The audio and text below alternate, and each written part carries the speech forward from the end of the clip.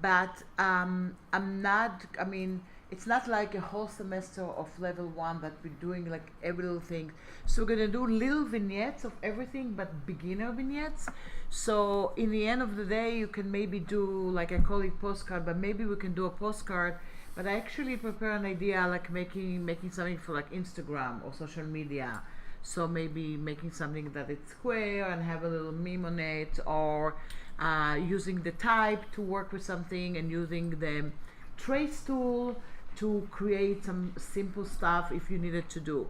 But before that, I just want to talk to you a little bit where you're coming from, so I know what I have in front of me. So we'll start with you. Just introduce yourself. I'm Caroline. I'm a sophomore. I'm a public relations student. I just switched from journalism. The reason why I'm taking this class is because I worked on a news magazine in high school, and we did stuff with InDesign and Photoshop, and I just kind of want to get more, experience with Illustrator, especially because in today's market you need to know how to do everything. So Yes. hoping to learn more about graphic design and hopefully make some cool things for social media with Illustrator. Definitely, yes. Hi, my name is Rachel. I'm not a student, I'm actually staff here at Annenberg. I work in the communication marketing department for the communication school. And the reason I'm taking this class is because we do a lot of events in our office. And oftentimes I will be working with the Illustrator files for the posters. And I never create the flyers, but if I was able to use Illustrator, I could help create the flyers. So. Yeah, or edit them or change. Exactly. That's exactly, yes. Yeah. Oh, me? Yeah, okay. Oh, Oh. yeah. Hi. My name is Barbara. I'm a communication major, and I do a lot of work with like social media for my internship. So I just wanted to Great. Perfect, yes. My name is Monica. I'm a communication management student, and I want to take this class because every single internship or what have you, I've applied to requests that the applicants have Adobe skills, and a lot of my classmates already have them. Mm-hmm. So especially for many of my upcoming projects, it's a skill that I would like to Mhm. have, and I am a complete beginner. I have no experience whatsoever with it. Cool. Yes. I'm Aim. I'm public relations major, and I'm also like beginner of Adobe apps. I want to because like for communication students, like Adobe is basic skills for us. So I want to like learn from all kinds of Adobe Yeah. applicant. Great. Yes. My name is Natalie. I am a journalism student, and I have a lot of experience with InDesign, but I would love to be more fluent in Photoshop and Illustrator, especially because I'm really interested in infographics and kind of using digital media in that sense. Great. So My name is Samantha. I'm a major or a public relations major, and I'm taking this class because I have no experience in Illustrator, and I do want to have some type of experience for an internship so I can offer something even if they don't want it. So Great. So you're in the right place. I'm going to try to give you kind of like the flavor of Adobe Illustrator. Is that going to be enough to tell everybody, wow, I know Adobe Illustrator? Probably not, but you'll get into the idea. And then there's new features here that really will help you make it a lot easier. And then the things I'm going to try to emphasize here is, like I said, we'll build something and you'll see that you can go back. We'll look at the type tool. We'll look at little things with it, and you can see. So Illustrator is really an important tool, even if you're going to work later, like you said before, like in a place that you're not going to be the designer, or you're not going to be the one who's doing the illustration, but you might need to tweak some stuff. And somebody might send you a logo when you work with PR, and there's going to be a whole graphic department, and last minute before your PR presentation, somebody sends you something and you don't like the way it looks, you'll be able to tweak it with Illustrator if it was done in Illustrator. And then the good news about Illustrator, it's an object-oriented software, so it's a vector-based software. It's resolution independent. So we're gonna open a file today. It's gonna be high-end. We don't have to think where you're going like you do with Photoshop, because Photoshop is a pixel-based. So when you start a project, even for, let's say, PR, let's say you're going to build like a banner and you choose to do it in Photoshop, because that's what you know. And you're going to do a small banner because it's going to be in a small classroom, and you do it 3x4 with all the stuff, and then last minute your manager says, oh, no, it's going to the auditorium where they're playing basketball, and we're going to have to enlarge it to the size of the wall. Guess what? You're stuck. You can't do that because Photoshop is resolution dependent. So you got to think where you're going. Here, if you did it in Illustrator, you can just hold on the Shift key, make it a lot bigger, print it, and it's all good. So it's vector, but because it's vector, some people feel like it's a lot harder to do it, because what we're going to do now is we might open empty files or might have some samples, but you have to build a lot of the stuff. You have to tweak it. It's not like in Photoshop, you say file open, you take two images one on top of each other, you change the opacity, say yay, I did something amazing, it looks ready to print. Here sometimes you have to like maybe draw, maybe trace, choose the colors, little thing like this. But in the end of the day, I think it's a lot easier than Photoshop, because what you see is what you get. Does that make sense? So I open Illustrator, and then basically when you open it the first time, it's even not gonna look like this. So I should have changed it already, because when you launch Illustrator the first time, it's basically going to look like something like that the first time. So you can say something, work and learn, if you do 2018. You guys, what version you guys have? I believe 2018. Yeah, the most recent one. If you have 2017, it looks a little bit different. It doesn't have one panel that I'm going to show it to you right away, because this is the panel that's really going to help you as beginners. Because one of the complaints of Illustrator, that there's a lot of panels and there's tons of tools on the other side, and people open it first time and they're like, whoa, we don't know where to start even. So this is the beginning, and then you can click here and you see this is my recent work.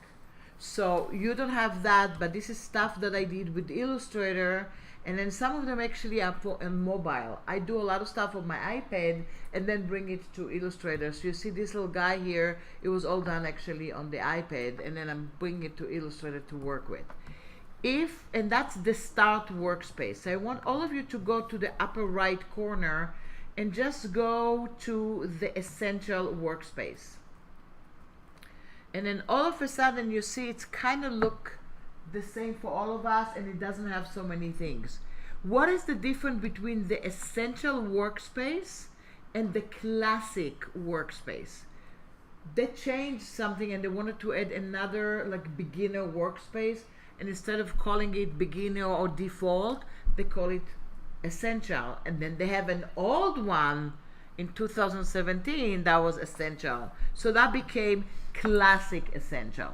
So if you do have another version, 2017, the Classic Essential was the other Essential. What does it mean, Workspace, in Illustrator or in the other Adobes? They give you an idea what you need to use if you do a certain job. So what does it mean? If I do like a simple job, maybe you want to do Essential or Classic Essential. But what if you do heavy like layout? Look at that, way more panels on the right side. What if you want to just paint with Illustrator? You get a lot of more panels that has to do with painting and so on. And you see I have tracing, typography, web, and you can always go to the Start Workspace. You see all the way up I have something that says AIACA. So that's for the class I'm teaching this afternoon for the ACA exam. So if I click on that, this is a workspace that we built ourselves, and we did it to use that. I'm not going to worry about building a workspace right now, but just showing you that you can build your own workspace. And I do have a document there that you can look at that. I did give you a PDF in the file so you can see how to build your own workspace. I don't want to waste time on things that you basically can do yourself, or maybe you don't even need to do that. This is only a preferences to work. You can always use the workspace that you have over here. So let's all go to Essential Classic. So we're going to have the same one. And then I want you to open a file. If you have File and Open, And then I am going to go to my desktop, and I think I did it intro to Illustrator. Do you see that? You guys have it. I think he called it poster or something, right? Call it, and then this is what I have. So in that you have intro to Illustrator, and you do have some stuff here that I have for you guys. I have a handout. So I have for you like intro to Illustrator, and they have a bunch of stuff like I said before. Like you can go step by step later and see the stuff that we don't need to cover in the class. And then I have a whole thing about shortcuts if you're interested later. It's documents. But then I have some other stuff that we're going to do now in the class. And then one of the things that we're going to do, we're probably going to do the social media today. And then I have some fonts for you if you're going to need to download. And then I have other things that we're going to look at. So the first thing I want you to look at is the interface. And you double click on that, and then select the two files and click open. And both of the files that you see here, I basically done in Illustrator. Look at the first one and the second one, and you're gonna tell me they look the same. They are the same files. What we are going to do here today is kind of demystify the idea of working with objects in Illustrator. So one rule already. Do you see the file on the screen? It has tons of colors. Can never be one object, ever. Anytime you're going to see something with tons of colors in Adobe Illustrator, you know already there's a lot of objects in there. If it's one object, it's one color. How do we know that? How do we check it? The first way to check it is basically go to select menu bar and say all.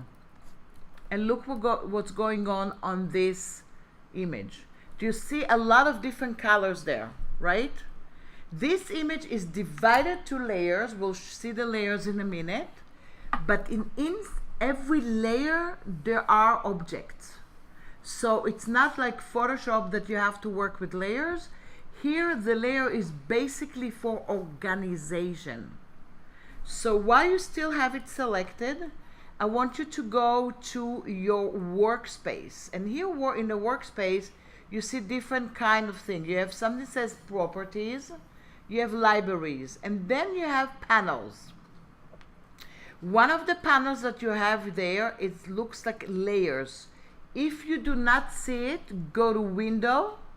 These are all the panels that you have in Illustrator. Do you see them? Even the one that's not on the screen. What did I say? Too many, right? And go in and click on layers. And as soon as you click on layer, look at that. It jumps over from your workspace. So basically, either you find something in your workspace, click on it, and click again to make it back to the area that you want, or go to Window and bring the the panels that you want. So let's say I bought the layer. I want to take it out and kind of work with it.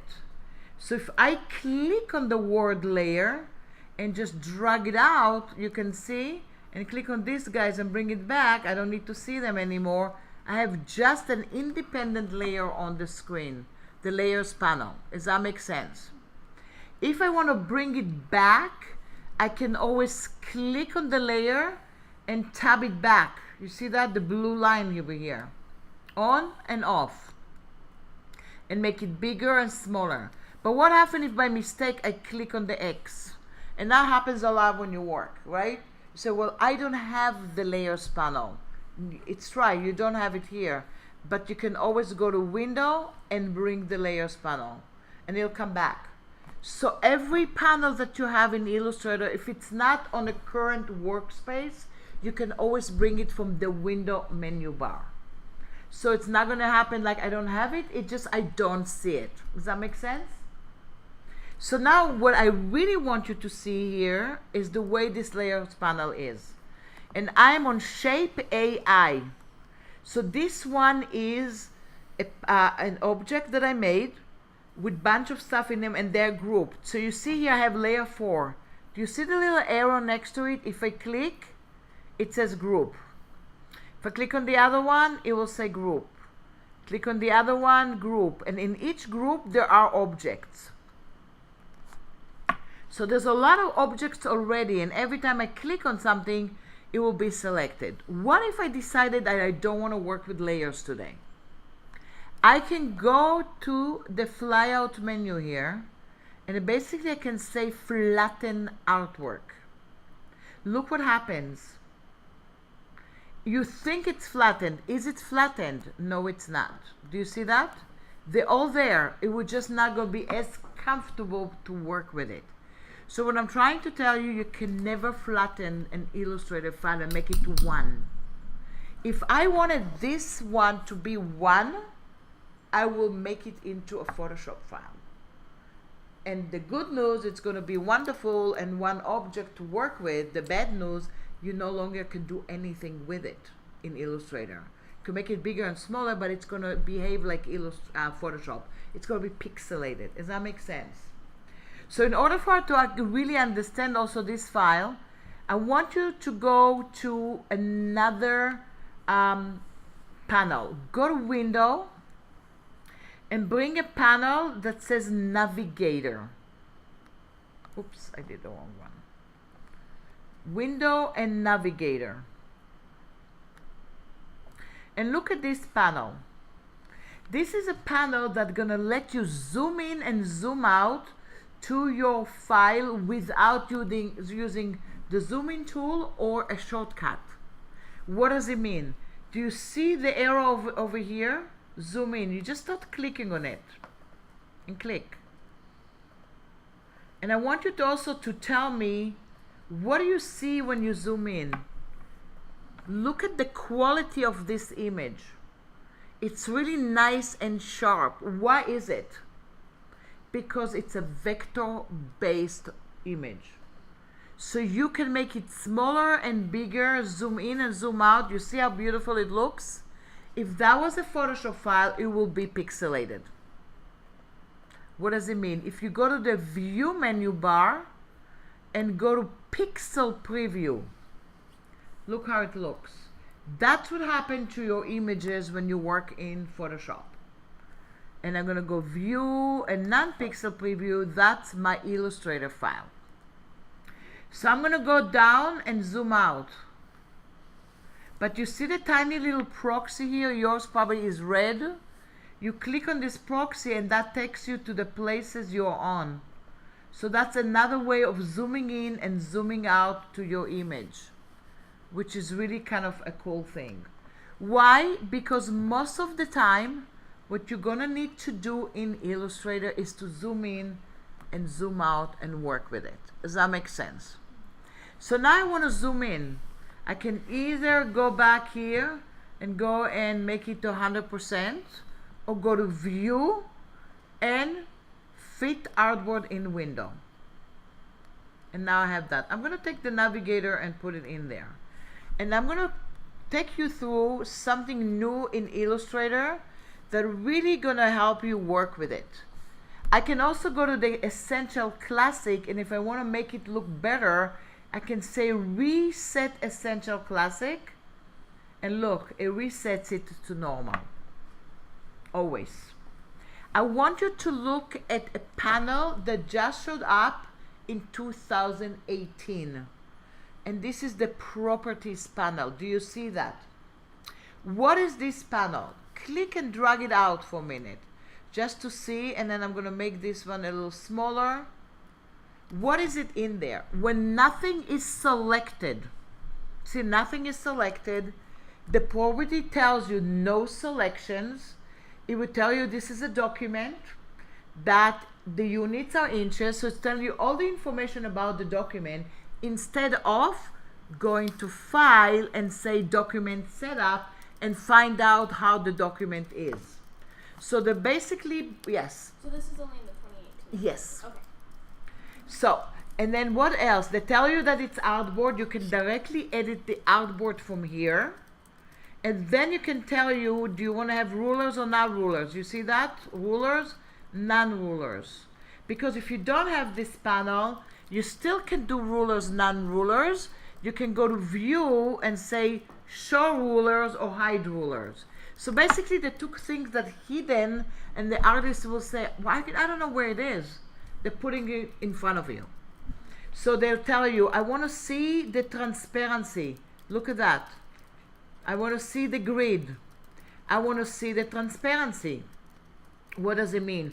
Everybody who opens something like this is going to think it's a white background, right? It looks like it. It's not a white background. It's never going to be a background if you don't create your background in Illustrator. What does it mean? If I wanted this image or shapes to be on top of a green background, I have to create a rectangle which is green and put it below, and that's going to be my background. By default, you don't even see it. It is transparent. If you don't have, do you have 2017? If you have 2017, same idea. Go to view and then show transparency grid or hide transparency grid. So basically in the beginning they took the stuff from the view menu bar and brought it in front so people don't have to look for it. What else do you have? You can go directly from here to your preferences. In real life you're going to have to go to preferences either from preferences Command K if you use Mac, or edit and preferences if you use Windows. So basically they made life a lot easier. What happens if you start selecting something? I want you to go to the selection tool. You see this little dark arrow, and then basically click and select. Look what happens right now. It is a group. How do I know? It will tell me over here in the properties it is a group. If it doesn't tell me and you don't use 2018, go to your layers panel and then open it, and then you see it is a group. So in the layers panel, it will tell you that it is a group. That's what I selected. So basically the same idea. Does that make sense? If I wanted to ungroup it, if I'm using 2018, look what they're giving you here. Ungroup. They call it quick actions. Ungroup it. If I don't have 2017, and I know a lot of people have CSX, go to Object and Ungroup. So you see, it's ungrouped it right now, and right away it goes to another area because it's thinking you're going to do something different with the stuff that you have. Does that make sense? Now it's not grouped. It still looks like it's grouped because I selected it. What I really want you to do is deselect. What does it mean, deselect? Not select, right? So how would you do it in Illustrator? The easiest way is basically with the selection tool, click somewhere on the screen. That's it. There is a command to deselect, because if you select something, you can go select, deselect. But believe it or not, I don't even remember this command by heart. Because always what I do in Illustrator is select, deselect, select, deselect. Why? Because you want to do something to a certain object. Either one or bunch of objects together. Does that make sense? So this one was grouped before. Click on the shapes ungrouped. These ones have still the layers and they are not grouped. What does it mean? All of them see in each layer, I have a bunch of objects and they're not grouped. So if I'm going to go to the flyout menu here and flatten the artwork, look what happens here. It's in one layer and maybe have 200 objects in it. So yes? Sorry, I don't see ungroup. Ungroup is object and ungroup. But if it's not selected as a group, you don't let you ungroup it. Okay. But look what I have here. Look how many objects, and this is just the beginning. What I'm trying to tell you, every time you're going to click and do something with an object, it's going to become another object and another object and another object. So you can work in one layer and make groups from things that are identical in the same level, and then based on that you can go in and work with the stuff. Does that make sense? So, and we're going to work today with two kind of selection tools, or three. One of the selection tool is this one. And then this one is basically geared to select stuff. What if you get this project, somebody sent it to you and said to you, take all the orange circles, make them a little bit smaller, and make them green. And you don't know anything about Illustrator, but you just need to tweak it. There's a fast way to work with it. Just go in and click one orange circle. And let me know if you have that. Just one of them. I want to go and see the bounding box around it, like a little box around that. That's an immediate default look for your object in Illustrator when you click with the selection tool, the regular one. What if you do that and you say, you know what, I don't have them. Somebody went to view and was hiding the bounding box. Do you see that? Why would you hide bounding box sometime? If the object is very small and you want to align it somewhere, maybe you want to hide it. You got to remember, if I'm hiding it now and I'm going to talk to you for the next 3 days and never do anything else, it's going to be hidden until you turn it on. So if you share, let's say in a workplace as an intern, a computer, and then somebody decided to hide it and you want to see it, you got to know that you have to go to view and show bounding box. In the view menu bar, I call it the show and tell, because you show and you hide. Do you see everything you have show? You have to show it. Everything you have to hide, you hide it. These little things that you have to show and hide, it inherits it the whole time.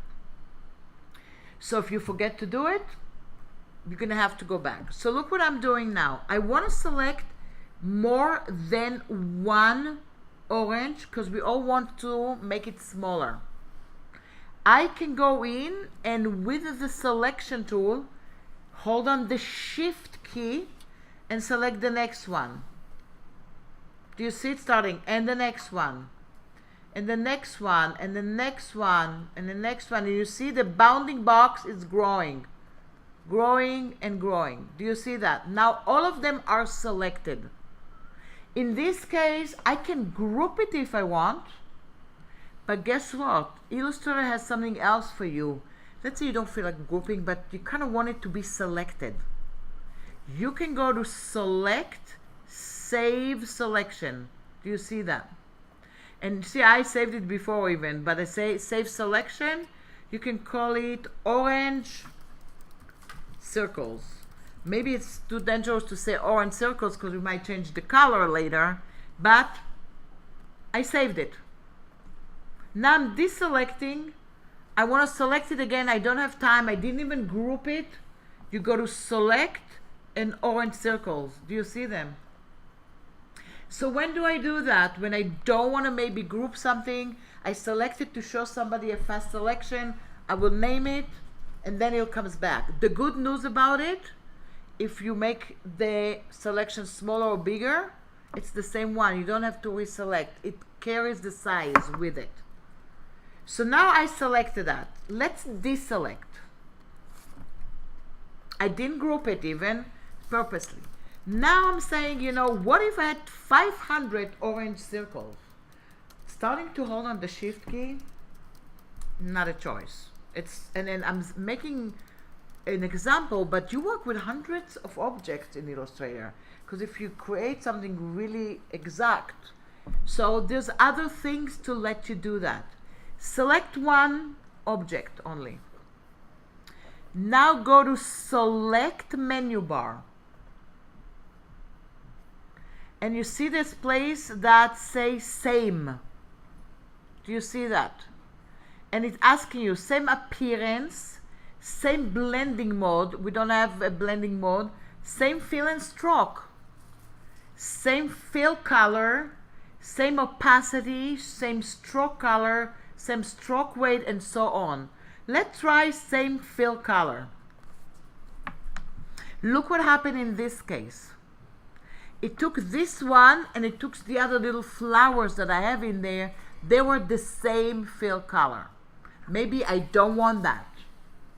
I can deselect. I'm going to select again and try my luck with go same and say I want to go in and say same, maybe fill and stroke. And I did same fill and stroke, and you see that was different because the other flower has the same fill but not the same stroke. So they will take you to really details because they know you're going to do different objects. Once I have that, I can group it, I can move it, I can do anything that I want. But you see how fast it is. Then deselect. Then you have tools. Yes. What do you mean by stroke? Like stroke is the outside of it. Everything in Illustrator goes with a fill and a stroke, which is like a frame. There's no pixels in there. So there's no like foreground or background. It's a fill and a stroke. But now let's look at another tool. Do you see another tool in your toolbox? Says magic wand. It's the second one. Click on that. At the moment, the magic wand, we don't know how it works. Double click on it and it will give you the options of the magic wand. And what does it mean? At the moment, by default, do you see it clicked only on the fill color? And by the way, for 2018, the only big change is the properties panel. Okay. So it's basically the same, but they gathered it to one place. Okay. So and you can also on the essentials, not the essentials class. Yeah, exactly. Okay. So basically, you find all the tools, you dig into them. That's all what it is. Sorry, could you go over one more time how to get to that magic Yes, wand? the magic wand is basically on your toolbox, and if you click on the letter Y, and that's why I gave you little shortcuts. I gave you little shortcuts also with the way the panel is looking, so you know exactly the toolbox is a cheat sheet. You have it, you can print it out or do whatever, and you have the whole thing there. Double click on it, that's all. And look what it tells you. Fill color. That was selected by default, and it says 20 tolerance. What does it mean? It's a 20 tolerance of a color that you have on your screen. What do we have on this screen? A lot of oranges. So if my tolerance is going to be, let's say, 255, it might take everything. But if my tolerance, maybe it's going to be 10, it might take the object that has exactly the same color. So let's just go in with the magic wand and click on the circle. But look what happened. It took the circle and it took the other color that has some kind of gamut of colors of this orange. Does that make sense? I'm going to go again and deselect and go again and try maybe do the tolerance maybe 5. I'm trying. And then click. 5 did it okay, but took also the flower. So that tells me maybe I want to go and do a different kind of things here. So what I'm going to do is I'm going to deselect, click one time on the screen, and I say find me in 5 tolerance the fill color and the stroke color. And then click. Maybe the stroke color I kind of also want it to be maybe 5. So again and again you can start looking at that. In this case it takes everything that you want, so maybe it's not a perfect object. But if you have certain object, the magic wand is another thing for you to select more than. It's like select same, and you tell it how to behave. And then again, could you, what is tolerance again? Tolerance is if you have a gamut of color, let's say you have a bunch of oranges on the screen or greens, and you have a very light green to a very dark green, and you want it to take the mid of it. So maybe the tolerance is going to be anything between 5 to 20. If you want to take it a little bit more, you start working with it a little bit more, and it will take more and more and more. Does that make sense? So it's a range of It's a colors, range of colors. That's exactly the word for it. So if you have if you type in 5, you're basically doing what Yeah, you like say, yeah, exactly. Let's say if I'm going to go back here to the fill color, and let's say I'm going to do it up to 100 tolerance, and I click here, look at that. Because I have so many oranges, he said to me, you know what? In the 100 range of the tolerance, all the oranges are taking here. So you can also go back here. You can also play based on opacity. I don't have any opacity here right now. Nothing is less than 100. But if I did, it will take it. So these little things and the magic wand can help you. Why is it so important with the selection tool before we do anything?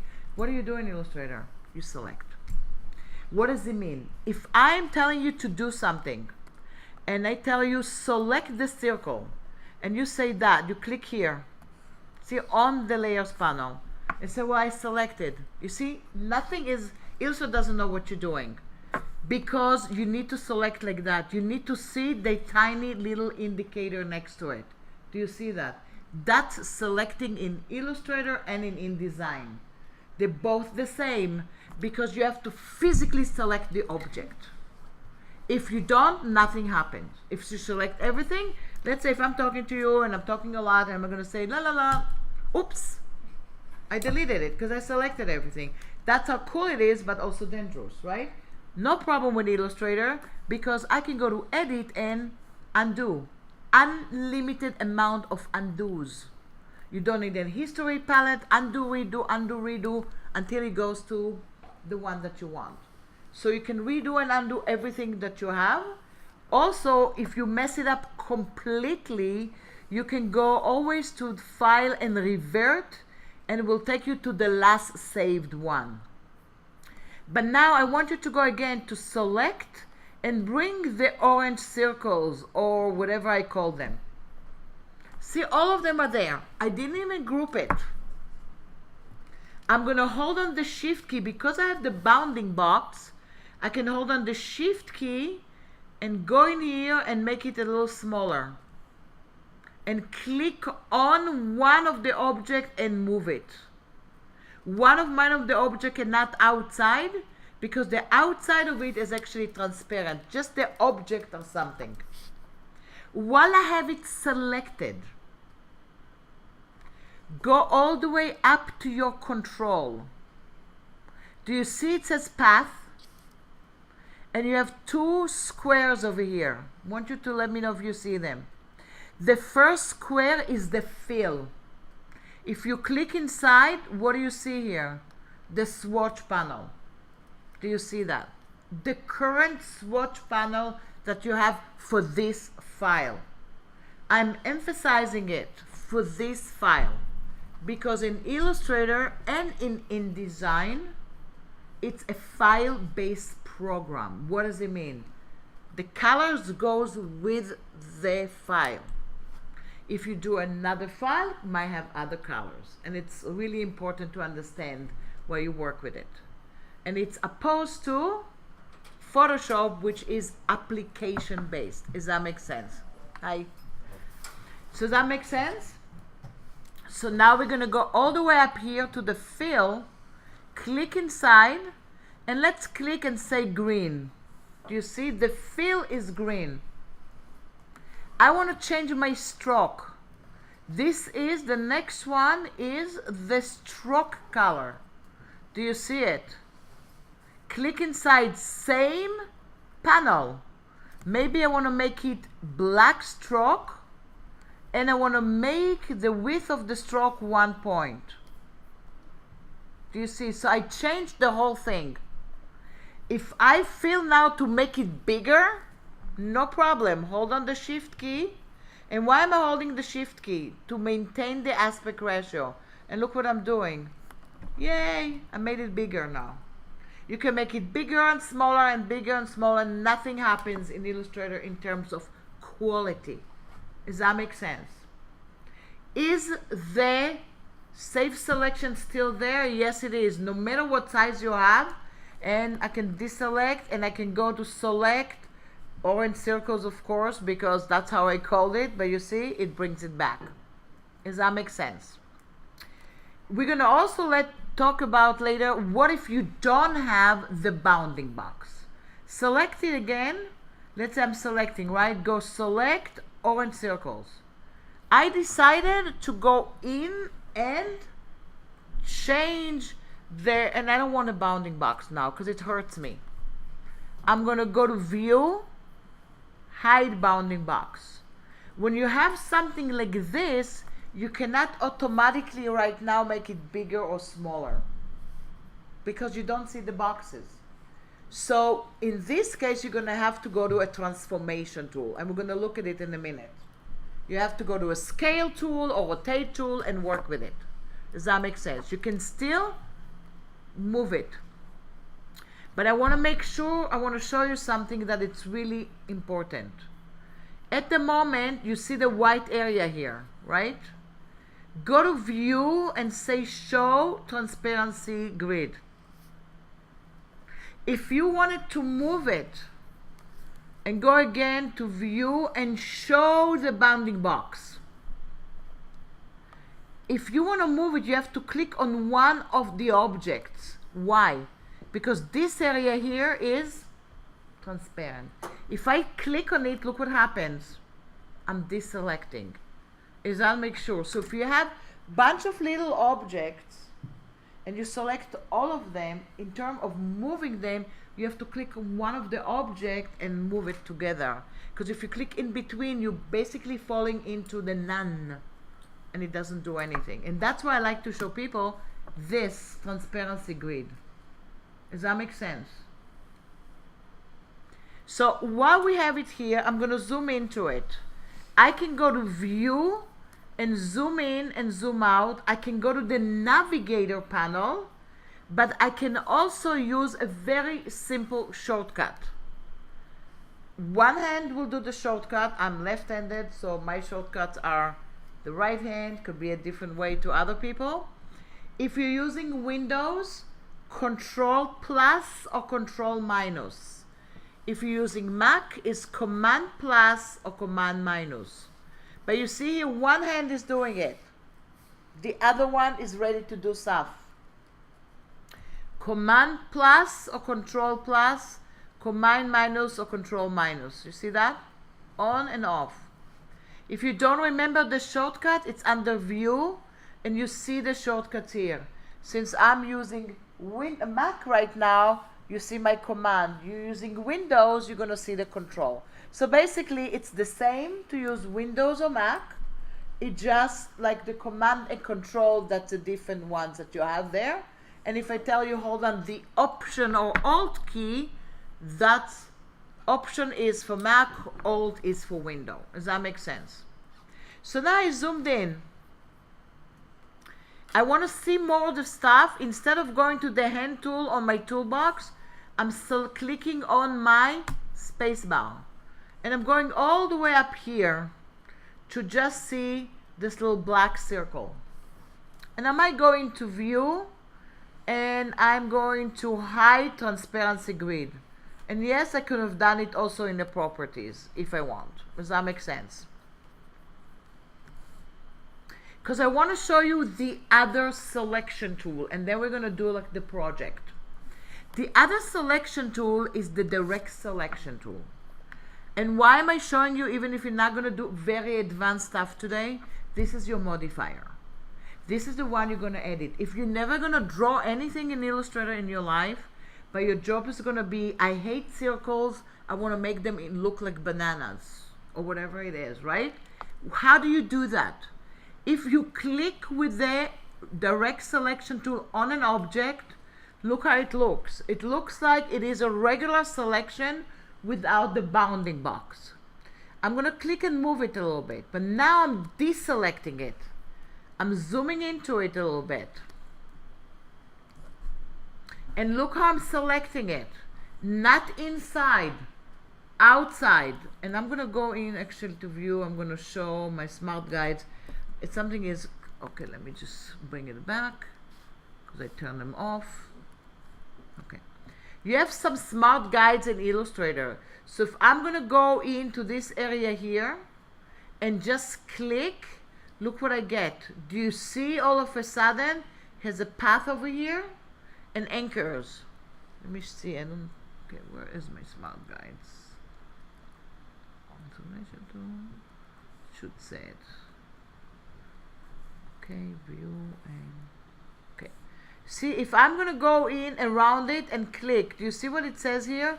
I'm going to go in here, and that's my object. I mean, my point. See here, and if I click on that, It's an anchor point. If I click on this anchor point, look what I'm doing. I'm going to deselect and do it again. Go not inside, go outside on the path. Do you see that?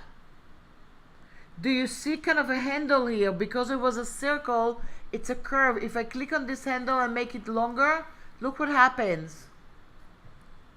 If I click on an anchor point, look what happens. Does that make sense? Deselect. Try to do the one next to it. Not inside, outside. Click outside. See, now I'm clicking on this one. I want to select more than one object of anchor. Select one anchor and select this anchor. The two of them are selected. Look what I just did. Making them dance. Does that make sense? Yeah, sure. I'm just going to also Command Z it a little bit so you can see it from the beginning. I'm going to zoom into it a little bit more and show you how it works, because that's the most important thing for it. Let's say this one. Any tool. If you're on a direct selection tool and you click on the path itself, that's when it's just selecting the path. Right now, it's basically I activated the path, but nothing is really selected. What does it mean? I want you to look at the anchors. You see they are hollow. They're not selected. I want to select it. I click on it. This one is a selected point. When it is dark and I have something on it, that's selected. If you click on it and move it, do you see? Now it looks like maybe a banana. Does that make sense? So why is that important? Because you might need only, somebody's going to send you like a girl with curly hair and they tell you, take one curl and move it to the other side. Guess what? The curls in Illustrator, each curl probably is one object. So you're going to have to go to it, click on the edge, and with the direct selection tool, you're going to mess it up a little bit. Does that make sense? So in order for us to understand that, we're going to do a little project. We're going to do two of them. I want you, you don't need this file anymore. Let's right click and say close all.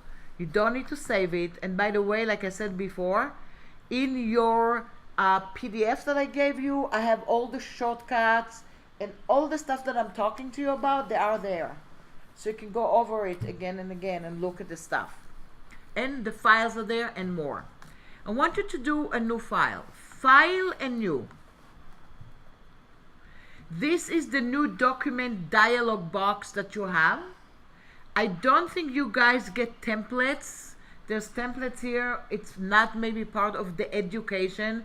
We're not going to worry about it that much. We're going to go in and go into print. By default, Illustrator thinks that if you start doing something for print, it is going to be points. But we don't need to. We can go all the way up here and say, well, I'm going to do something for Instagram, so it might be pixels. I'm going to be stuff for abroad, it might be millimeters. Or maybe I'm going to do just a simple little thing and I'm going to do it inches. Does that make sense? And you can change it while you're in it too, so you can go back and forth. They're just giving you a little default.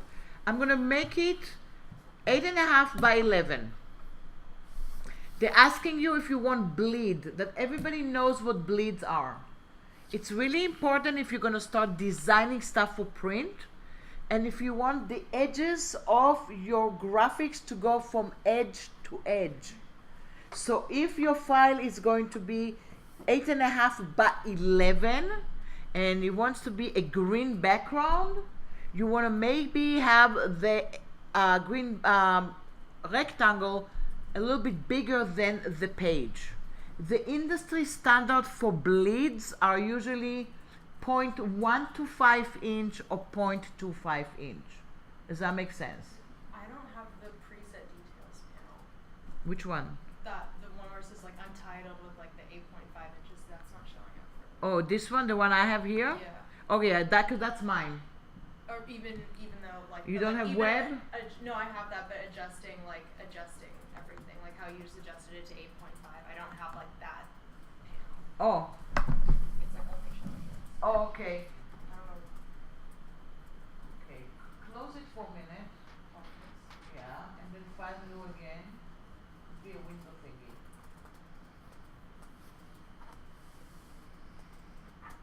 And then you file new.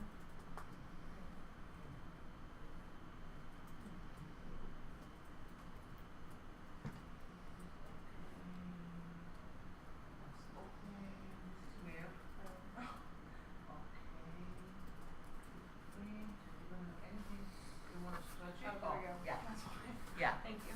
Yes. So, I mean, sometimes with the window, your resolution is a little bit different, and that's why it's going to look like that. Thank you. But I'm just going to make it inches.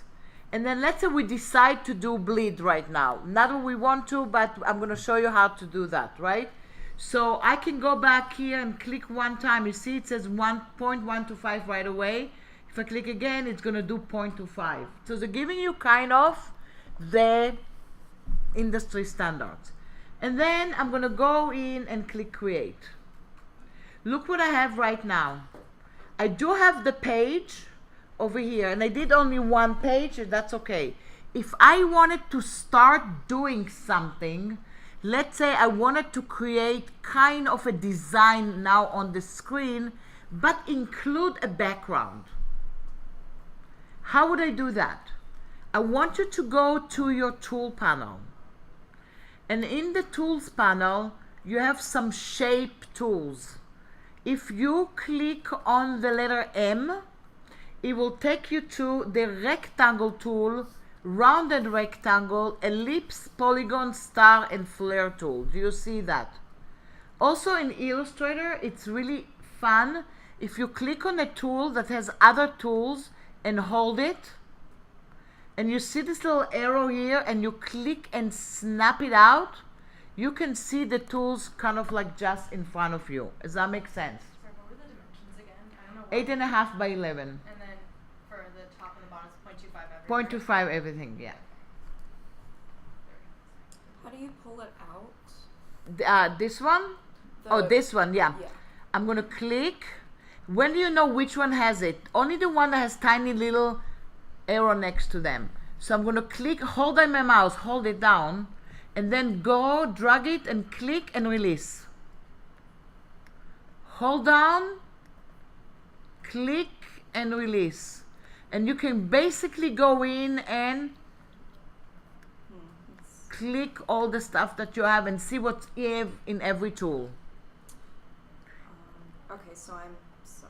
Click, no, it's okay. Hold it, hold your mouth like this. You see, I'm not even, and then I'm moving, and now releasing it. Click on here and release. So it's kind of like hold, click and release. And then if it's hard for you to do it, there's other tricks to it as well. But basically, it could be the touch point. Go click on it, hold it down. Hold it down. Yeah, you have to hold it down. Click and hold down. How do you do the hold down here? Oh, so maybe I'm doing it wrong. Sorry. Yeah, this, see this. Mm-hmm. You click here, release. Okay. Yeah. Okay, got it. And that's why another reason that Illustrator, you kind of want to work, you see I'm working with the pen, or you want to work with this pen, or you want to work with the mouse, because the clicking with the trackpad sometimes, it's a little clunky. It's hard. It's hard for you to see the tools. Another trick is hold on the Option or Alt key and tap, and you see all the tools that are hidden there. Does that make sense?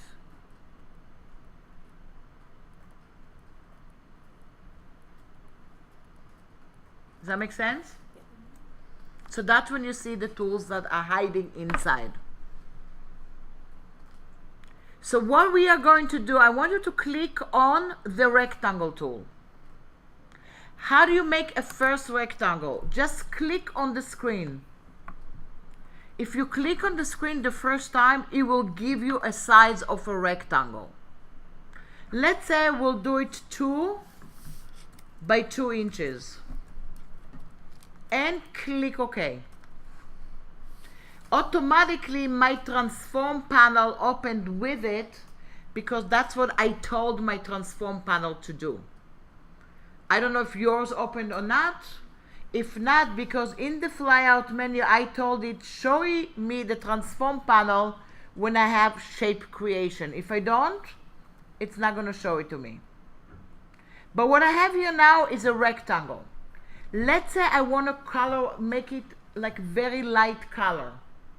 I'm going to go all the way up and click inside. But what do you see here? Remember the colors from before? Remember they were like orange and all kind of stuff? This doesn't have it. This is the default color when you open a print file. So if I wanted the other colors, I have to upload it. Does that make sense? So that's a default. I want you to just click on the very light brown. It's not that light, but it's okay. I want to go in and tell it I don't want any stroke. So I click over here and I say none. Do you see none? Which has a red thing on it. There's no stroke. But now I want to go and make it the size of the entire box. So of course I can go in directly and click on the transform panel and tell it to be 8.5 by 11 or some more. Or I can go to the regular selection tool, move it all the way up here to the corner, and look what I'm doing. I'm stretching it. And now it is the size of the page. So if that's gonna print, the thing they're gonna print are only the thing that you see here out inside the dark line. The outside, that's the bleed. That's what I'm trying to show you. So when the printer is gonna cut it, it's not gonna see white. For web, you don't need to worry about it. So for Instagram, you don't need to worry. For web prototyping for web, you don't need to worry about it. Does that make sense? So you clicked this arrow to move it? Yeah, the dark arrow. I went to the dark arrow, moved it all the way to the upper corner over here, and then went with the same arrow all the way up to the bleed. Okay. And then stretch it to the other side of the bleed. So it's kind of like going bleed to bleed. Do you hold shift down at all? Or do you No, not in this case, because it's just a plain rectangle and I don't care. And if I go now to the transform panel, it'll tell me exactly what it is. So if I wanted really to do the math, I'm going to figure out how I did it, or maybe I told it to be 0.25 all around, so it adds 8.5 by 11, 0.25, and that's the size of my bleed. Does that make sense? Now I want to do some other rectangles on it or something. That's one of the things that you have to remember in Illustrator. Things that you don't want to do anything with, guess what you do to them? Lock them. Otherwise, they're moving. You talk, they move. You delete, they deleted. So I'm not going to do something else, and this one's going to be live. So I see I have layers over here. I can double click on the word layer, and I can call it shapes. I'm not going to even do layers, just shapes. I'm going to open that, and look what I have inside this layer. What did it say? Rectangle. Do you see that? Can you do that again? Sorry. Oh, Yeah. I see it says rectangle. Yeah. So now I do not want to lock the entire layer. Why not? Because I won't be able to do anything. I am locking only the rectangle. And the entire layer is still there for me to manipulate. Does that make sense? And that's why you can work with one layer the whole time, as long as you lock some object, and also you want to group some object too. Where's the lock icon? Inside here, click on and off, on and off, inside the empty area. Okay. Now maybe I want to do few rectangles and start looking at other shapes if I needed to do later for my Instagram or my other stuff that I want to do. So if I want to do a smaller one, but look at that, if I click now on the screen, it will remember the last one I did, always. So if it is going to be 2 by 2 and I click OK, it also remembers the color. I'm going to go in and change the color, let's say to dark red. And I want you to see the behavior of this rectangle. Do you see the tiny little circles? These are going to manipulate your corners. At the moment, you have regular corners, so it is a regular rectangle. What if you wanted round corners? You click on this circle and start moving it in. Do you see that? And look what starts moving. It's moving until it stops and it doesn't want to move anymore. And you have a round rectangle right now. Does that make sense? I can also go to the transform panel all the way up here, and it will tell you the size stayed the same at the moment. Didn't do anything. In the shapes over here, it will tell you exactly what you did. 2 by 2, and you see these numbers here? This is the radius of the round corner that you did there. Does that make sense? Now I'm going to deselect. I'm going to go deselect with a regular selection tool, and I'm going to do another one, but in this case I want to do a different size.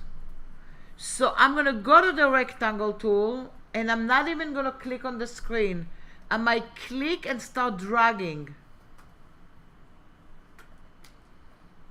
And then I can hold on the shift key and make another rectangle if I want.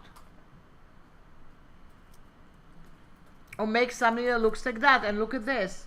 Now I have another rectangle that has completely a different size. Does that make sense? Is this rectangle still have, if I'm going to select it and deselect it, you can see now I have this rectangle, and I can go to the sides and I can make it a little bit bigger to see more of the points. And yes, I can go in here and move it, and I have a different kind of a rectangle. Does that make sense? But what happens if I want to change the look of this rectangle completely? Where should I go? Direct selection tool.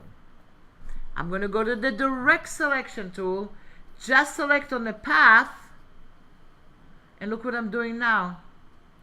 I just selected the path, and all of a sudden I have like a little box that looks like this.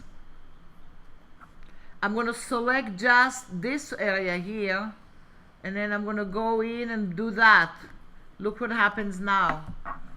So you can go to the areas that you want to do it with your direct selection tool and absolutely change everything that you want. Does that make sense?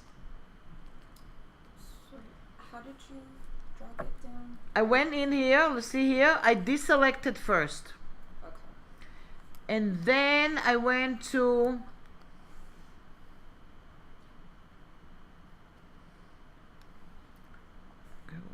my guides are. Okay, I'm going to select just the path. You see it like here. And once I do just the path, I click and I drag it. Okay. And I can see even where is it going. If I want to drag it straight, I'm holding on the shift key. Release. Oops.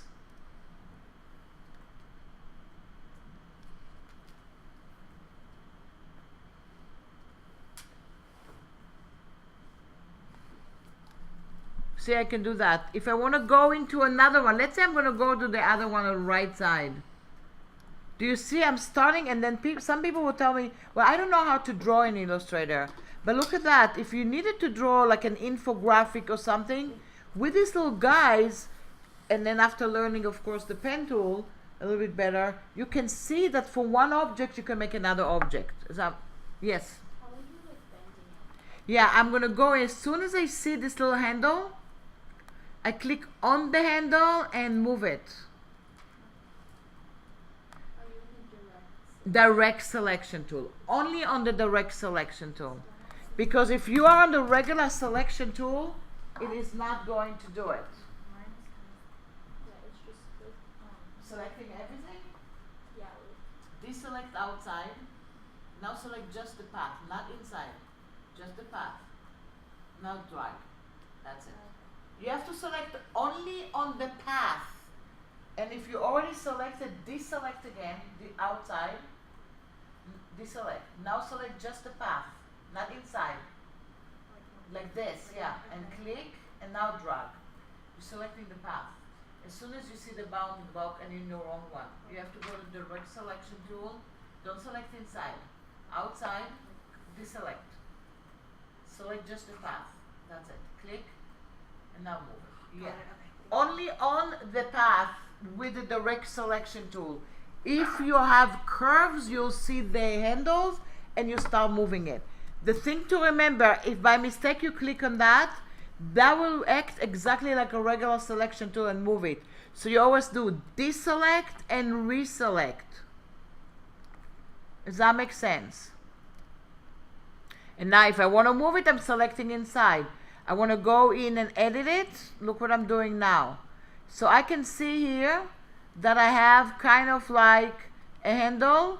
I want to go and make the handle a little smaller. So look what happened to my curve. I can move it like this. I can move it like that. The longer the handle is, the deeper the curve is going to be. Does that make sense? Why this area does not have a handle? This is a corner. Corners by default do not have handles. But look what happened. As soon as I clicked on it, I can go all the way up to my control and convert it to a smooth point. Go all the way to control, make it back as a corner. And also go back here and make it that as a smooth point like that. So basically I can go into this area and look what I just did.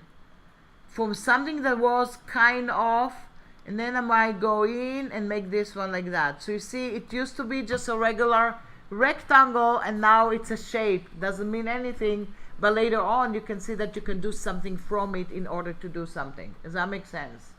So you don't really need to draw, you need to have a reference, and based on the reference, that's when you start working with the stuff that you have. Does that make sense?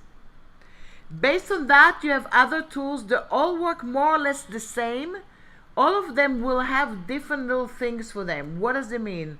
I'm going to go into my window and I'm going to open my transform panel. There's nothing in my transform panel, and by default when you open it, it looks kind of tiny, no properties in there. I'm going to go to my rectangle tool and do a simple rectangle.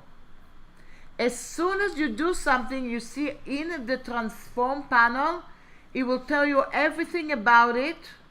It will tell you the amount of the round corners and the properties of the rectangles that you have there. Does that make sense?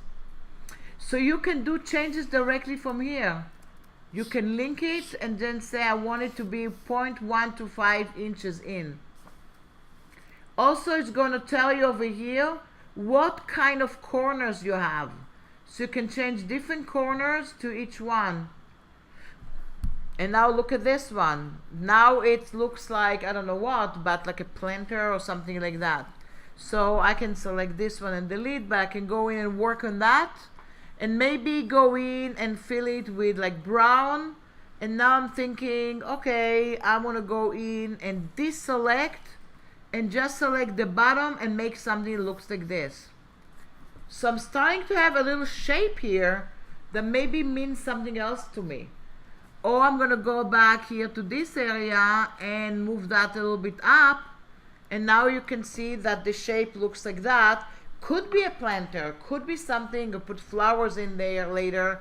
And believe it or not, you can make it later to a 3D object even in Illustrator and make it even a lot nicer. But the idea is if somebody gave it to you and you needed to edit this, you can click and make it to something completely different.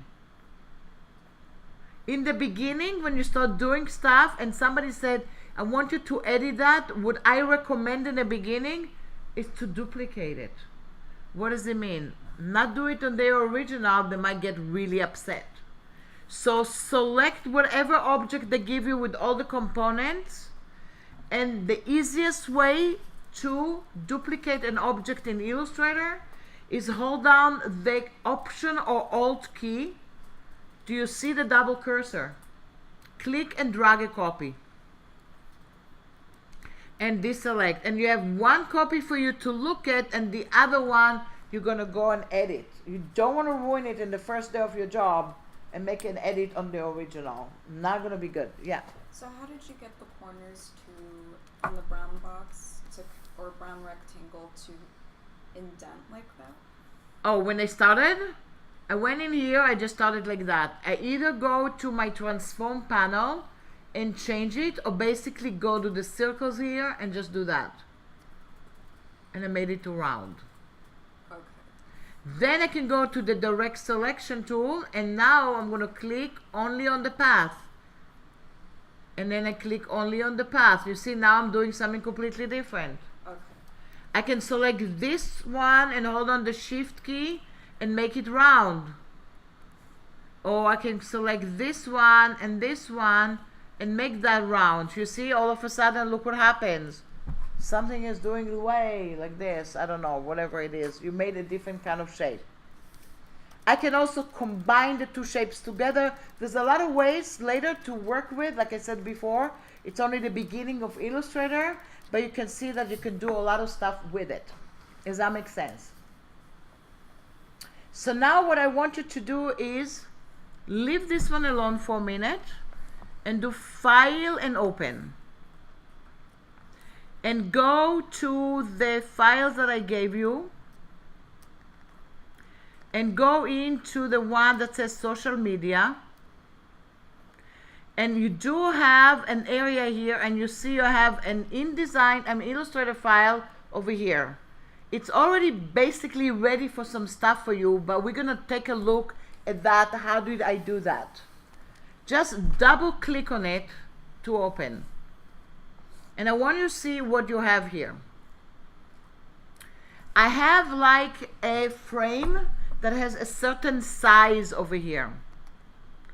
If nothing is selected on this screen, and if I'm looking at the properties panel, I have a document in inches, and it's one artboard right now. Do you see that? And then I have some other stuff that I prepared already for you, but I'm going to show you what I did, and we're going to get it with the stuff that you have as well.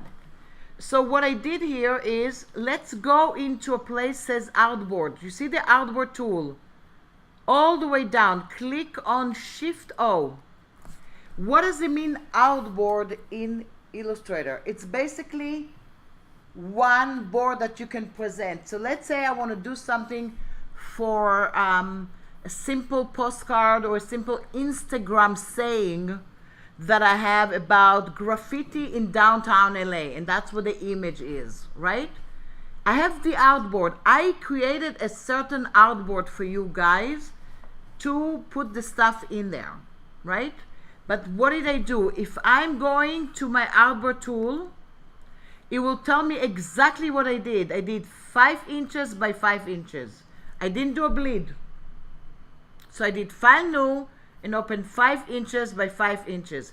I can name this artboard and call it main image, maybe for the client.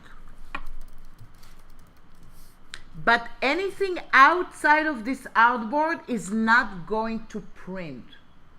So remember, you can do all kind of stuff, not going to print, so no problem. Okay? Now what I want you to do is basically go to the image and delete it.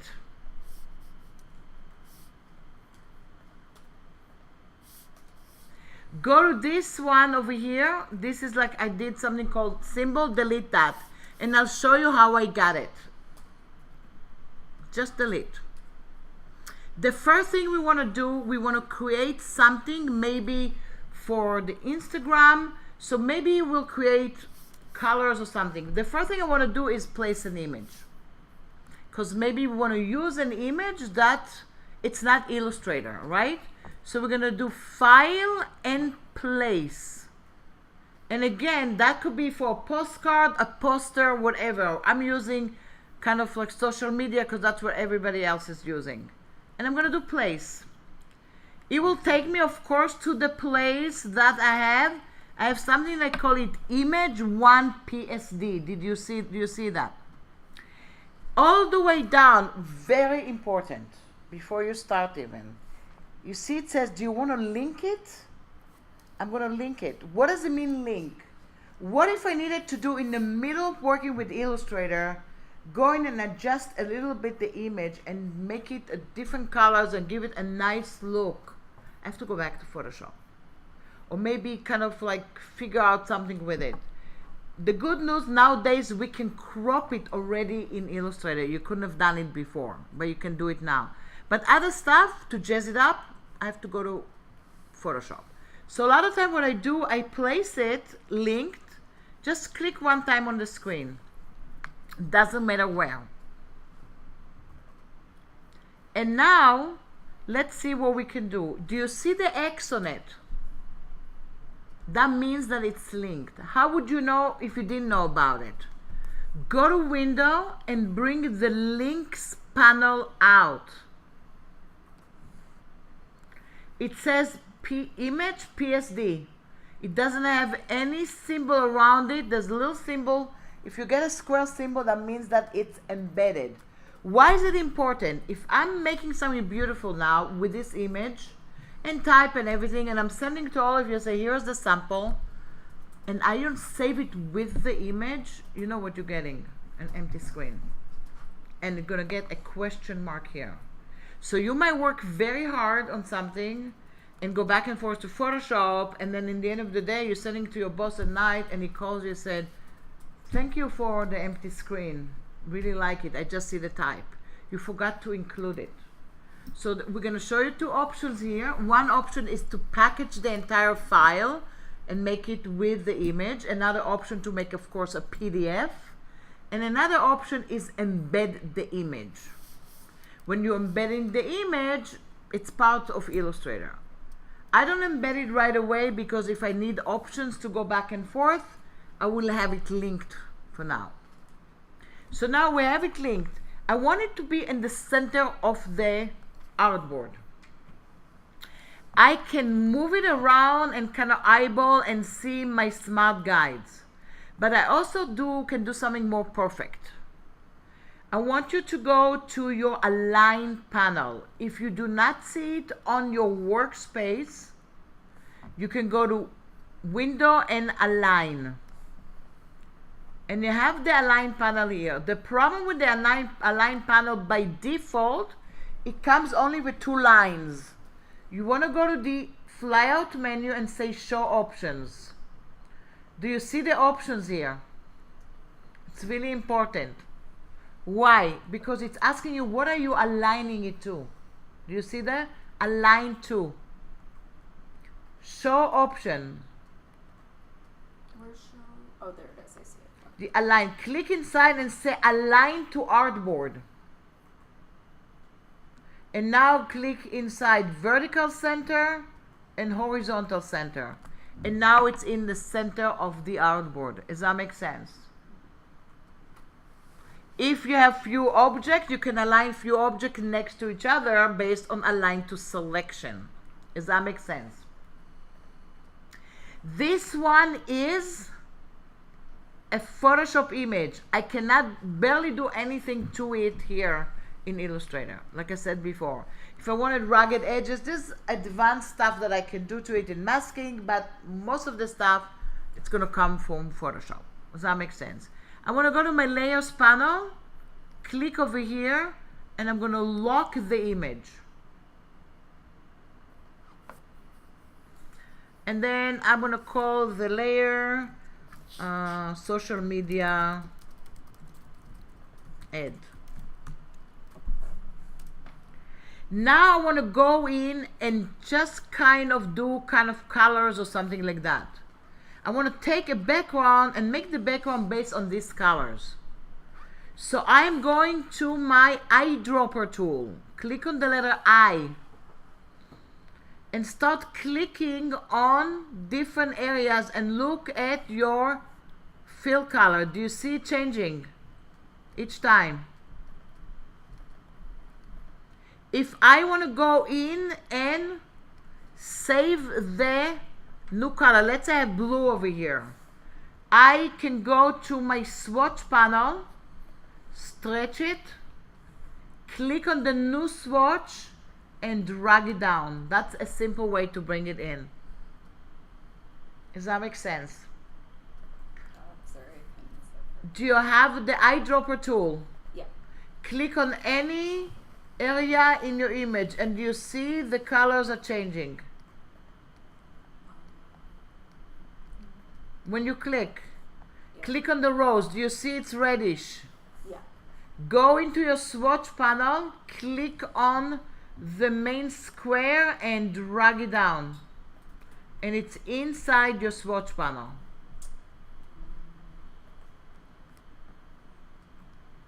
So this is how you can bring images colors from images. Does that make sense? Sorry, it's not showing for me. I think I'm in the wrong place, but It's either in the wrong place or your trackpad is not working. okay. So I went. Yeah, the- okay. Where's your swatch? You have to go to your swatch panel. And so go into window, if it's not out, window and swatches. Okay. Okay. And then drag this one, click on it and drag it. See, now you lost it again. Alright, swatch panel. Okay. And pull it out a little bit on the word swatch. Click the word swatch and pull it out. Yes. Okay. Okay. Sorry. And it's okay. Now click on that and pull it out. Okay, you don't need it even now, okay? Now click on this color and drag it down to the area. Whatever it says plus, inside the swatch panel though. That's it. Just release. That's it. It's in there. Okay. Okay? So you can drag and drop and bring the stuff that you have. There's other way to create the color by telling it what color. What does it mean? Click, let's say, on the red on the upper right corner. Go to the swatch panel. Go to the flyout menu. Say new swatch. You can even name it if you want. And click OK. And that's going to show up here. Does that make sense? So basically, I can use colors for my image to create now a rectangle. So I'm going to select, I'm going to go into the light yellowish thing and go back here and say new swatch and click OK. And now I'm going to go to the rectangle tool and click and drag a rectangle the size of the artboard, which is going to be 5 inch by 5 inch. I don't have to worry about the bleed now. Why not? Because it's going to Instagram. And you see when all the way on top, I can click and drag it down. And now I have that on kind of like at the bottom. Does that make sense? And of course I can do file and save as. And save that as a social media ad.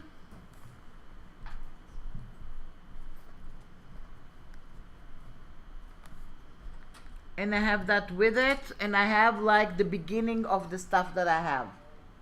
Now I want to go to the rectangle. The image is locked, the rectangle is locked too. If I wanted the image to look a little nicer and do not want to go to Photoshop, unlock the image and select it. Do you see all the way up in your control, there's the word opacity. Do you see that? Click on it. You can play with the opacity of the image and make it kind of lighter and almost read the background. Or you have something called blending mode. And let's say if you go to a darker blending mode, you're going to see darker. Multiply, you see the image comes out. But maybe if you do screen, it's going to be very light. If you're going to go in overlay, it's going to be kind of like different kind of effects that's gonna make it a little different. Look at this, I made it darken mode and all of a sudden my graffiti looks like a little different. So it will read the colors below. Yes. From where do we get the overlap?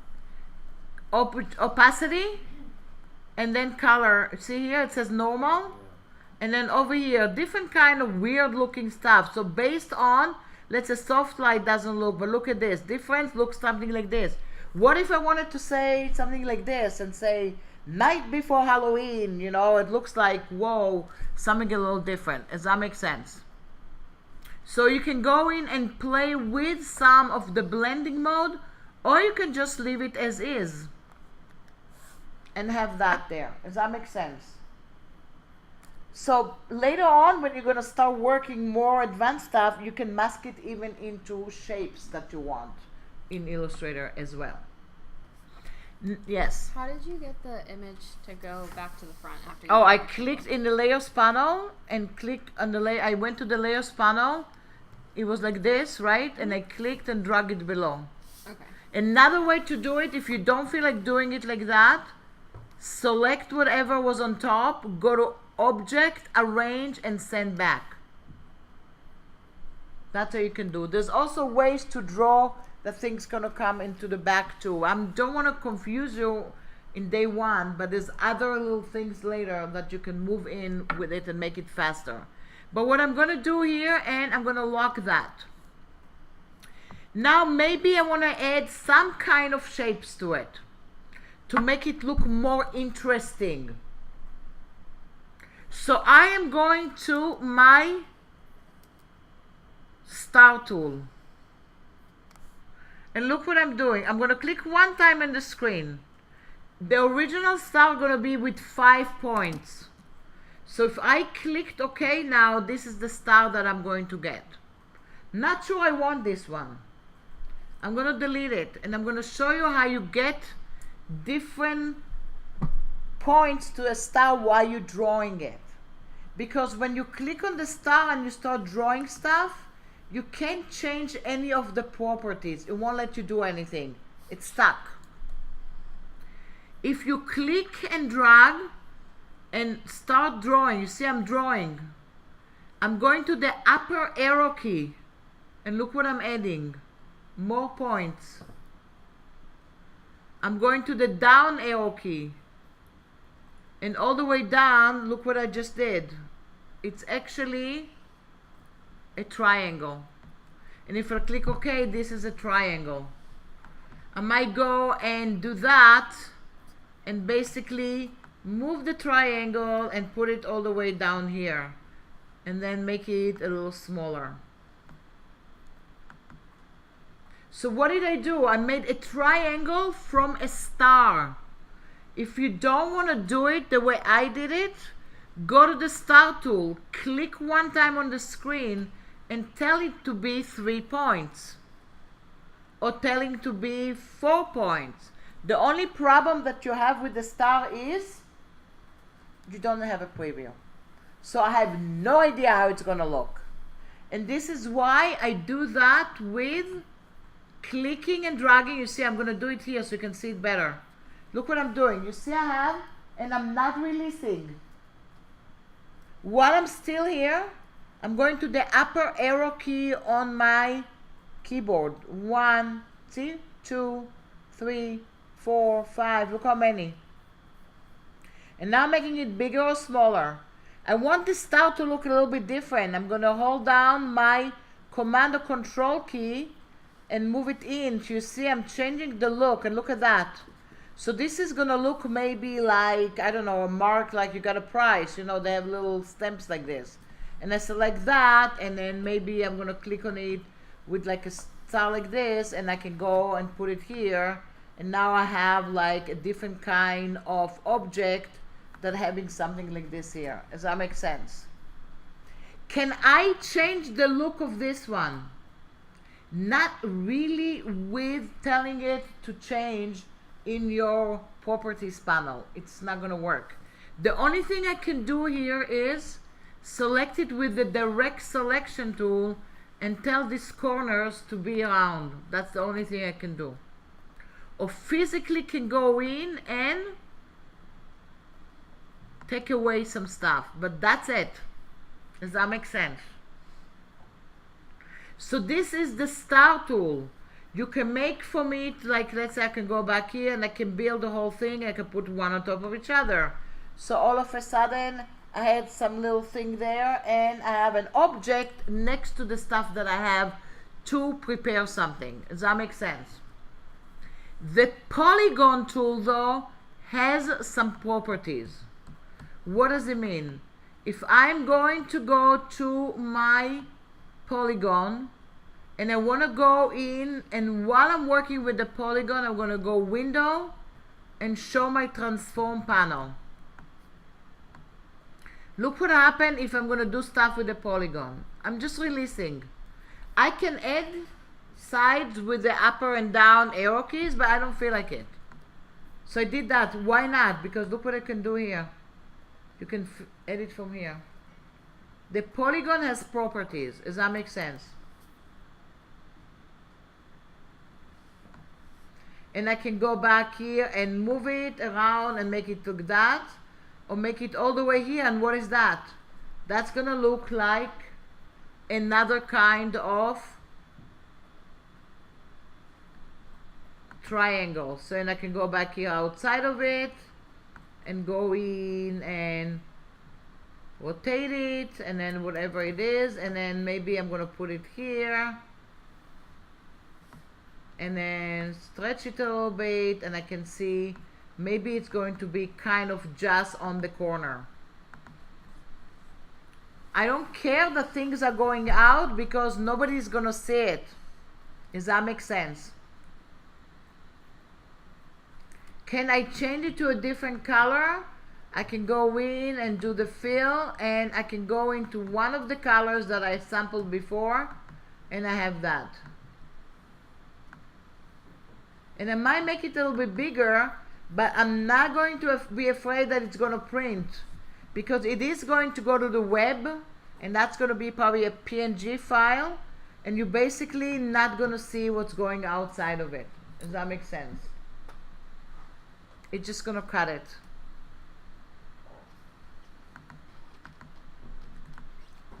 And I'm saving. So I used an image here, but what if I wanted to bring something else to it and I don't want to draw? Could be. I want to go in and put like the Instagram and the Facebook that you saw before. I brought it for you and I have it somewhere in my symbol panel. It's already here. These are fonts actually. And this is a font that named Genericon.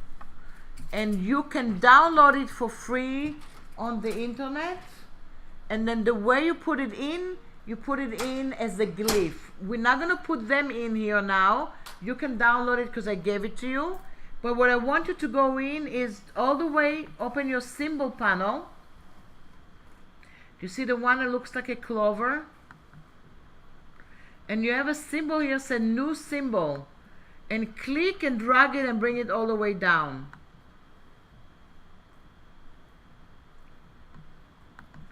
So I have here like two symbols of Facebook, and one on Twitter, and one on I put just generic ones just to make believe that we're doing something. I have also another kind of social media here. These I don't want to put in there because these are really from the web, and you see the resolution is horrible already. You can see it. Just going to show you that I have that. But how did I get this one? I put some font that's called Genericon on my machine. I gave you the font to download if you want, but if you don't want to download it right now, I'm just going to show you how things like this work. They work with the type tool. I'm going to window, and I'm going to go to a place that says type and glyphs. Do you see that? And what are glyphs? Glyphs are typefaces that has much more symbols than you know in them. And you see, like this is Myriad Pro, but you see if you click, let's say on number 9, they give you different kind of 9s. If you click on 8, different kind of 8. If let's say you have to type the word resume and you have the little thing on it, You don't have to draw it anymore. You have an E that has something like this on it. So all kind of symbols, you see different kind of symbols that you have here. See that? Every typeface we have different kind of glyphs. So, sorry, if I'm going to go to Genericon on mine, it shows up here. Does that make sense? So if you download the fonts later and say Genericon, and somebody told me that Instagram just changed the look, so that's why I didn't put it there. How do you put it on your image though? And I'm going to show you how to do something else. All what you need to do is go into the type tool, click one time on the screen, and double click on a glyph. That's all. And it is a typeface. Does that make sense? Since you guys don't have Genericon, I want you to go into your glyph panel, and all the way down there, type Adobe Caslon Pro. And tell me if you have it. You might not have it. Some people might not have it. Who doesn't have Adobe Caslon Pro? So go in all the way down and type Minion. You all have Minion. And you have to do, you want to do Minion, and you want to do regular Minion. So it's going to be like a normal Minion, not like variable or anything like this. Minion Pro. Type the word Minion Pro. Do you see that? I'm having the same issue. I only have the variable concept one. Even if you type Minion Pro? Mm-hmm. When I try to type after Minion, it says Minion variable concept. Okay. Let me just see if we can do something with that. Okay.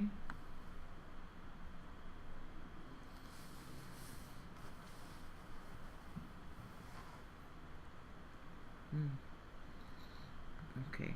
We'll try another one. The last one we're going to try is, we're going to try Zapfino. Zapfino.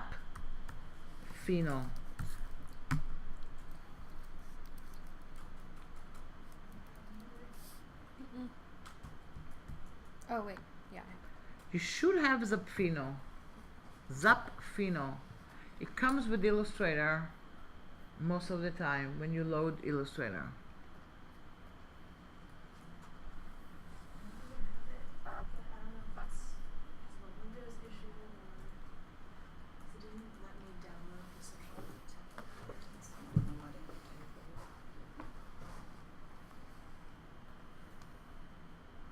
You click on the word, click and write Zap. Zap.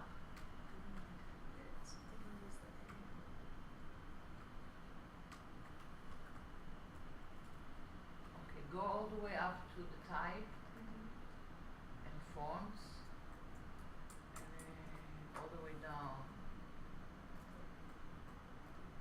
All the gifs.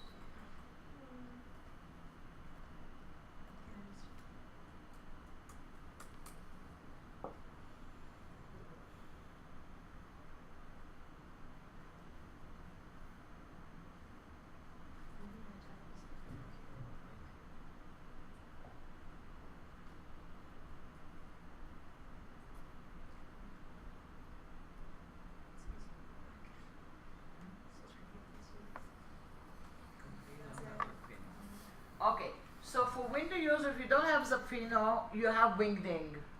For Mac users, let's go into Zapfino. Wingding has a lot of styles in there in the glyphs. That's what Wingding is.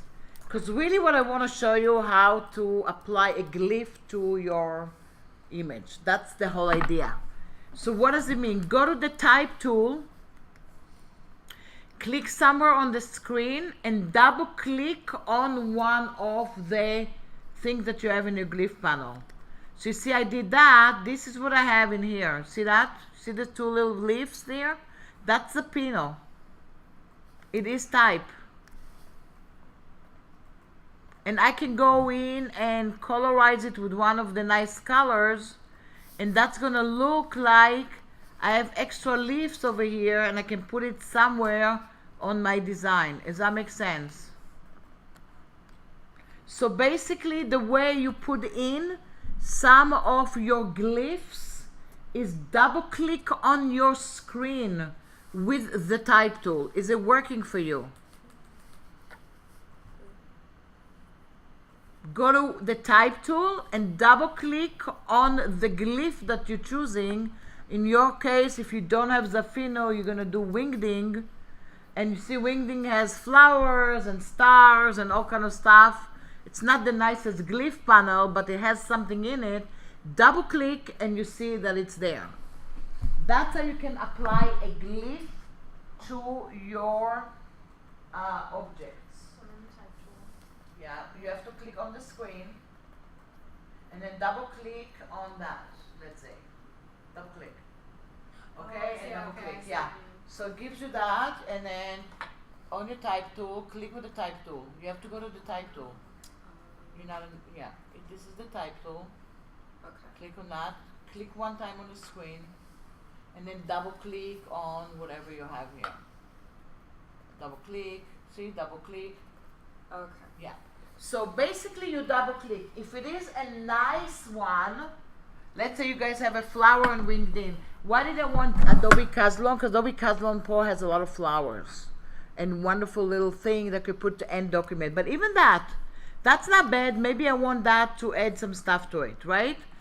If I want it to make it into an object, I'm gonna go do type and create outline. Do you see that? Really important to know this feature. Do you see create outline? You select it with the selection tool. You go to the type menu bar and say create outline. Do you see that?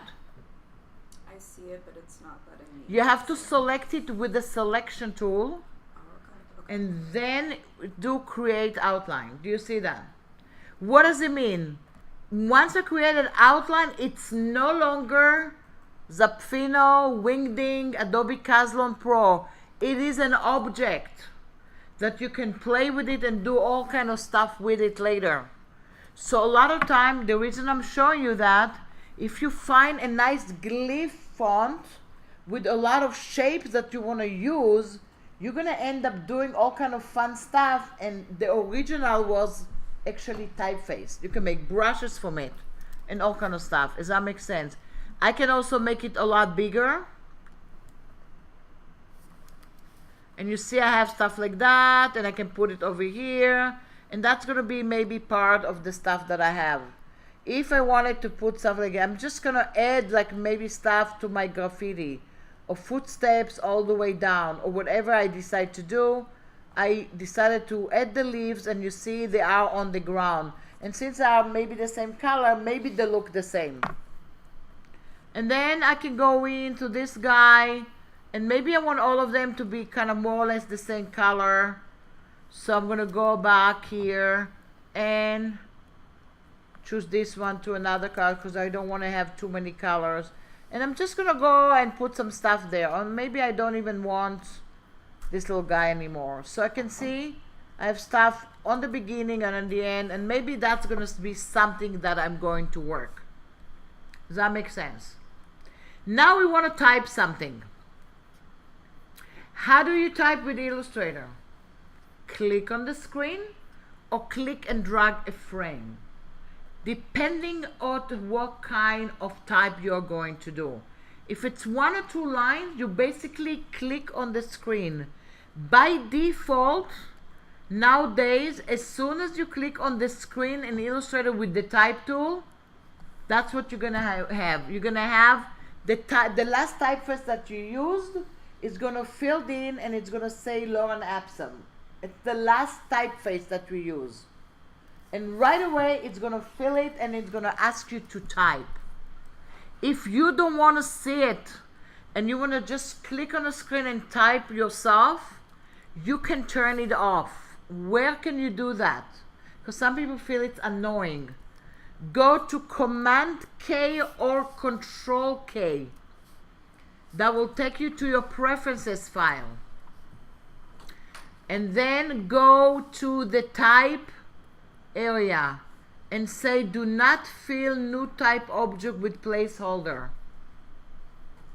So now if you click on the screen with the type tool, it's just ready for you to type.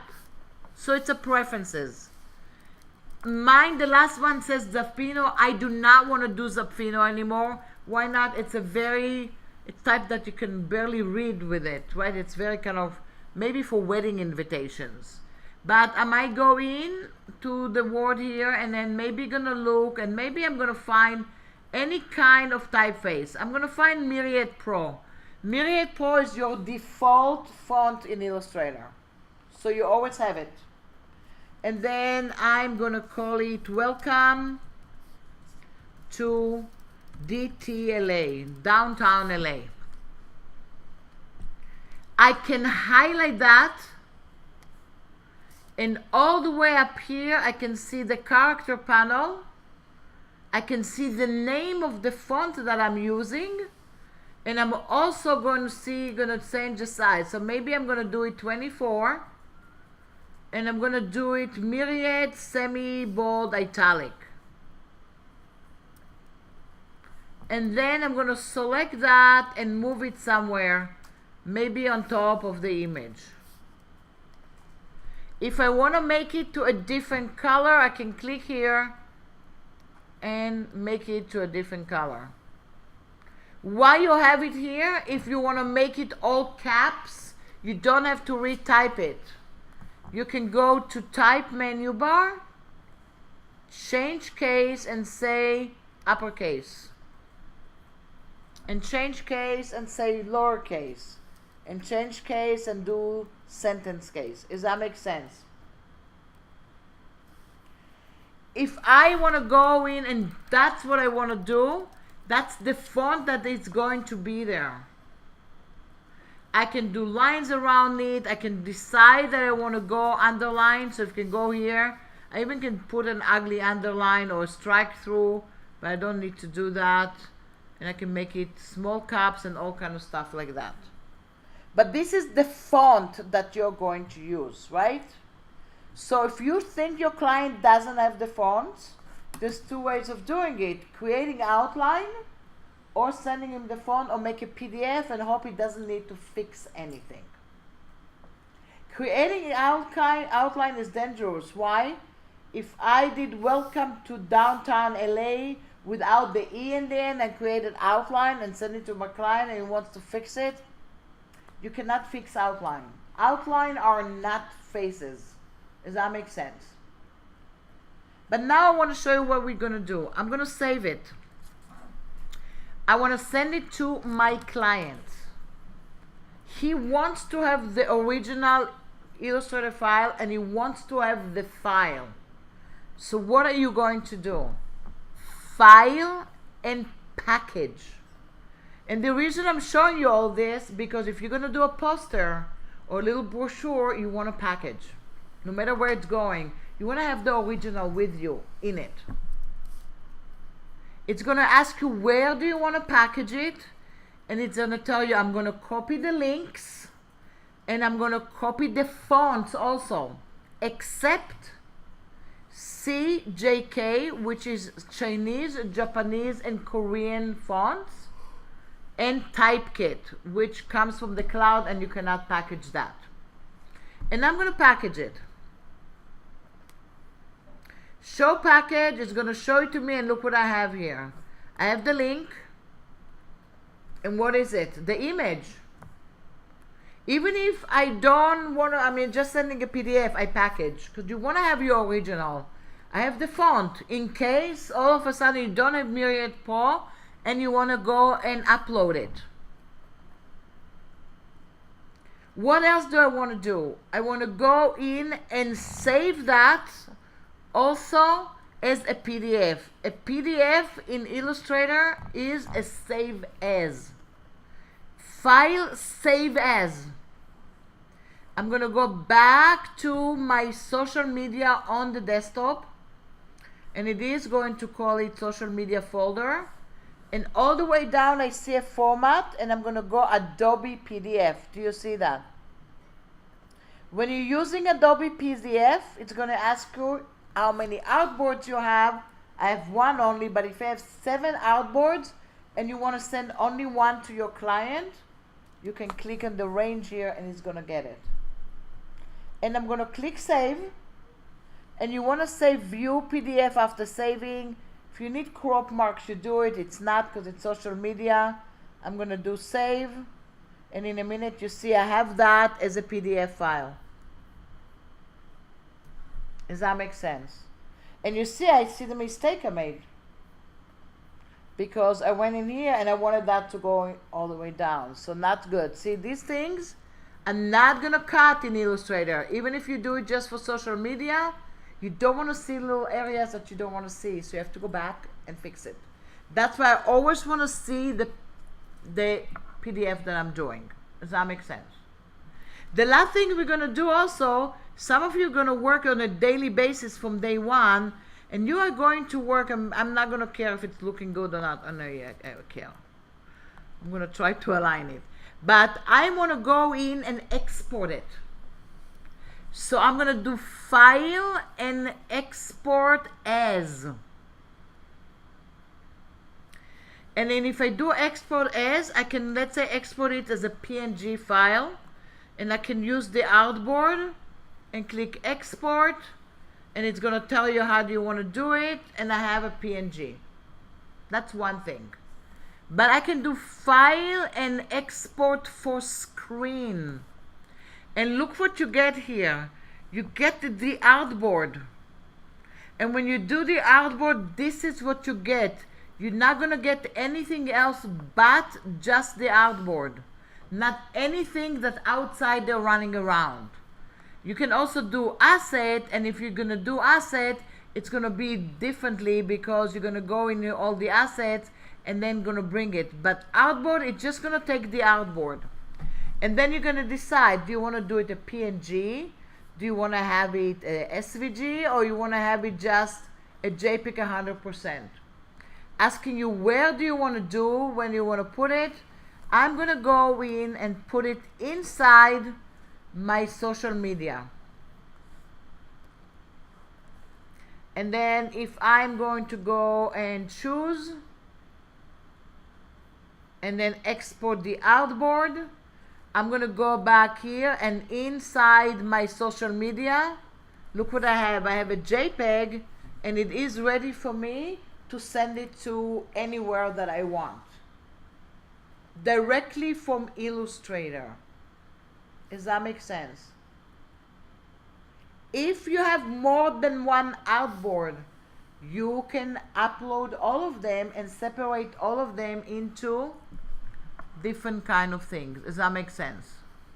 The one that you have to be more careful from, there's something that says export selection. If I am going in, let's say, and select all of it and do File and Export Selection,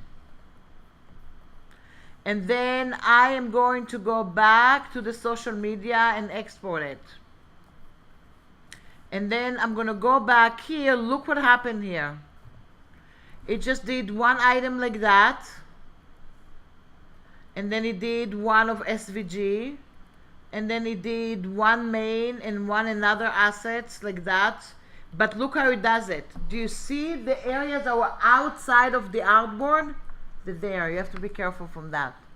If you don't want to do it there, export just your outboards. The regular export will take everything, even if there are little guys outside of the outboards. They're just going to take it. Does that make sense? So that's when you have to pay attention when you export from Illustrator. And it stays okay for everything. The one that's not export, it is PDF. PDF in Illustrator is File Save As. So what happened later, if you don't like something, you can always do File and Open. Go into your PDF file. And then go in and open it. And it is going to open exactly. But that's going to open if you do not have the image or if you do not have the font. It's going to give you an error message in Illustrator. Does that make sense? So you have to pay attention to all of the things. If you do purely just vector and you draw everything, Just worry about the fonts when you send it to your client. You don't have to worry about the objects. Does that make sense? Any questions? I know it's a lot, and then I tried to do it as simple as we can, but what I want to show you is this one.